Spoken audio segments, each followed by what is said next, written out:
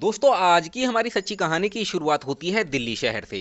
दिल्ली शहर के अंतर्गत एक एरिया पड़ता है ओखला, जो कि काफ़ी बड़ा एरिया होता है। और इसी एरिया की एक छोटी सी कॉलोनी में शबनम नाम की लड़की अपने परिवार के साथ रहा करती थी। दोस्तों शबनम की उम्र तकरीबन 21 साल के आसपास थी और वो कॉलेज में पढ़ाई लिखाई कर रही थी और कॉलेज में पढ़ने के लिए जाया करती थी।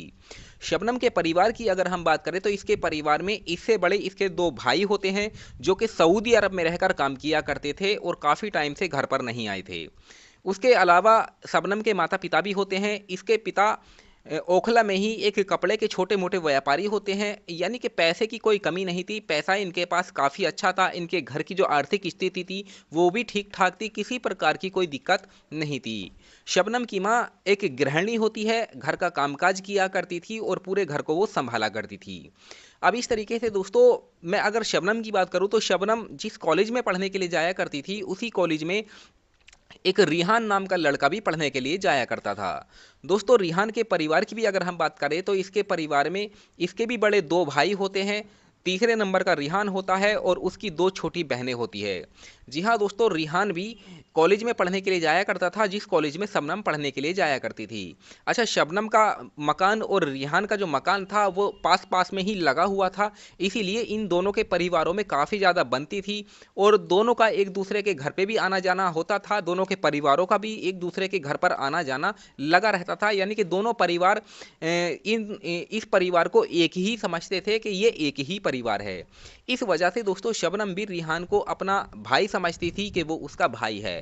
लेकिन रिहान शबनम को बहन नहीं समझता था, बल्कि वो उसे प्रेमिका समझता था। उसे कहीं ना कहीं अंदर से पसंद करता था, लेकिन उससे कहने से डरता था। वो ये सोचता था कि अगर मैं शबनम को प्रपोज कर दूंगा तो कहीं उसे बुरा ना लग जाए, क्योंकि वो उसे भाई समझती है।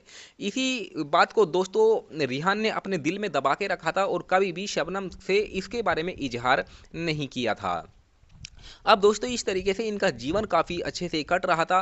रिहान ने शबनम से अपने दिल की बात कहने की कई बार कोशिश की थी, लेकिन वो नाकामयाब हो जाता था। उसे ये लग रहा था कि इसके बारे में अगर शबनम को पता लग जाएगा तो कहीं ना कहीं वो बुरा मान जाएगी, और उसके अलावा उसने अपने घर में बता दिया तो फिर घर का जो मतलब पारिवारिक रिश्ता होता है वो भी ख़त्म हो जाएगा। इसीलिए रिहान जो होता है वो ये सोच लेता है कि चलो इस बात को अभी यहीं पर रहने देते हैं, कभी मौका मिलेगा तो तब इसको बता देंगे।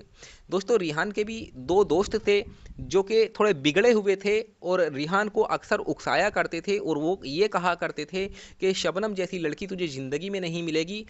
वो पढ़ाई लिखाई अपनी पूरी कर लेगी, पूरी करने के बाद उसके माता पिता उसकी शादी कहीं और कर देंगे और तू ऐसी खाली हाथ रह जाएगा, तेरे बस की कुछ भी नहीं है। मतलब इस तरीके से वो उसको उकसाया करते थे और कहा करते थे कि तुझे अगर शबनम को पाना है तो तुझे उसके साथ जोर ज़बरदस्ती करना ही पड़ेगा, तभी तू उसको पा सकता है। दोस्तों धीरे धीरे रिहान जो था उनकी बातों में आने लगता है। उसको भी उसके दिमाग में ये बात सेट हो जाती है कि शबनम को पाना है तो उसके साथ कहीं ना कहीं ज़बरदस्ती करना ही पड़ेगा, और कुछ ना कुछ जब उसके साथ मैं करूँगा उसके बाद मजबूरी में ही शबनम उसकी हो सकती है। उसके बाद दोस्तों जब 3 महीने का समय गुजरता है और ईद का दिन आ जाता है, यानी कि 21 मार्च 2026 का दिन आ जाता है। सुबह 8 बजे का समय था दोस्तों। सब लोग नमाज पढ़ने के लिए जा रहे थे। जी हाँ दोस्तों, जब सब लोग ईद की नमाज पढ़ने के लिए जा रहे थे तो जो रिहान होता है वो शबनम के घर पे उसको ईदी देने के लिए आता है। अब जब ईदी देने के लिए आता है दोस्तों तो देखता है कि उसके तो दोनों भाई पहले से ही सऊदी अरब में काम कर रहे थे, तो वो तो ऑलरेडी घर पे ही नहीं थे, और इसके पिता ईद की नमाज पढ़ने के लिए ईदगाह पर गए हुए थे। इसके अलावा जो इसकी माँ थी वो भी बाहर आसपास के घरों में बैठने के लिए, बात करने के लिए वो भी इधर उधर गई हुई थी। तो घर पे शबनम ही अकेली थी। अब दोस्तों रिहान शबनम को जब अकेला पाता है तो उसके मन में, उसके दिमाग में जो होता है दोस्तों, वो मतलब शैतान उठ जाता है, शैतान का दिमाग उसका हो जाता है। और वो शबनम उस दिन जब ईद ईद का दिन होता है दोस्तों, तो जैसे कि आप लोग जानते हैं सब लोग अच्छे अच्छे कपड़े पहनते हैं, अच्छा अच्छा इतर लगाते हैं, खुशबू लगाते हैं। तो शबनम भी पूरे तरीके से सज सज धज के, मतलब अच्छे तरीके से कपड़े पहन के, अच्छा मेकअप करके वो भी अपने घर में बैठी हुई थी, और वो भी कहीं अपनी सहेलियों के घर पे, इधर उधर आसपास के घरों में वो भी घूमने के लिए जाना चाहती थी। बस वो थोड़ी देर वेट कर रही थी क्योंकि उसके पिता ईद की नमाज पढ़ के आ जाए। अब दोस्तों जो रिहान था वो ईद की नमाज़ पढ़ने के लिए नहीं गया था, बल्कि वो घर पे ही था और शबनम को ईदी देने के बहाने उसके घर पर चला जाता है और उसे अकेला पाके उसके दिमाग में गलत विचार उत्पन्न हो जाते हैं। उसके बाद वो शबनम के पास जाता है और उसे तकरीबन 500 रुपये देता है ईदी के तौर पे और उससे कहता है कि ये 500 रुपये ईदी मैं आपको दे रहा हूँ। शबनम उन 500 रुपये को ले लेती है और काफ़ी खुश हो जाती है। उसके बाद दोस्तों जो रिहान होता है वो अपनी जेब से एक रुमाल निकालता है और रुमाल निकालने के बाद वो शबनम को कहता है कि शबनम मुझे तुम मेरे साथ कमरे में चलो, मुझे तुमसे एक बहुत ज़रूरी बात करनी है। उसके बाद शबनम इसके ऊपर विश्वास भरोसा करके कमरे में चली जाती है। फिर जो रिहान ने वो रुमाल निकाला था उसने उस रुमाल पर कुछ नशीली दवा भी छिड़की हुई थी, वो शबनम के मुंह पे लगा देता है पीछे से। दोस्तों शबनम जो होती है वहीं पर बेहोश हो जाती है, उसको मतलब पता ही नहीं होता है कि आखिर वो कहाँ पर है। और तकरीबन आधा घंटे का समय गुजर जाता है। आधा घंटे का समय के बाद दोस्तों जब शबनम को होश आता है तो शबनम देखती है कि उसके जो कपड़े हैं वो फटे हुए हैं और उसका जो मतलब शरीर है, उसका जो बॉडी है वो कहीं ना कहीं टूटी हुई है, थकी हुई है।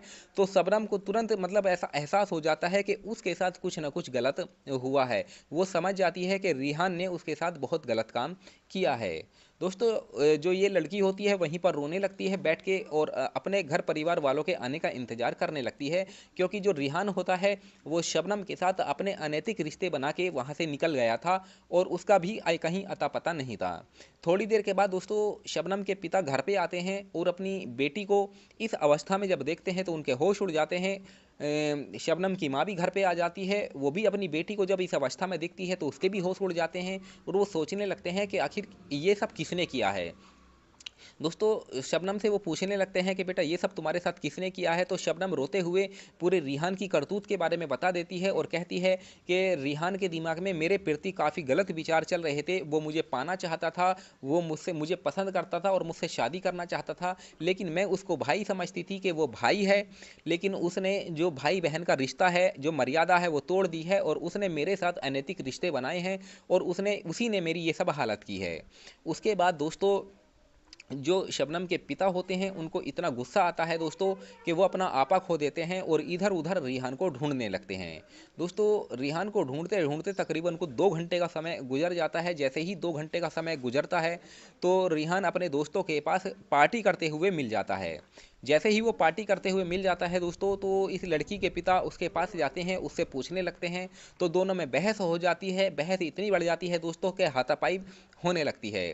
तभी पास पड़ा हुआ एक पत्थर जो शबनम के पिता होते हैं वो उठा लेते हैं और रिहान के सर पर मार देते हैं। वो इतनी तेज मारते हैं दोस्तों कि रिहान के सर पर वो पत्थर इतनी तेज लगता है कि उसकी मौके पर ही वहीं पर मौत हो जाती है।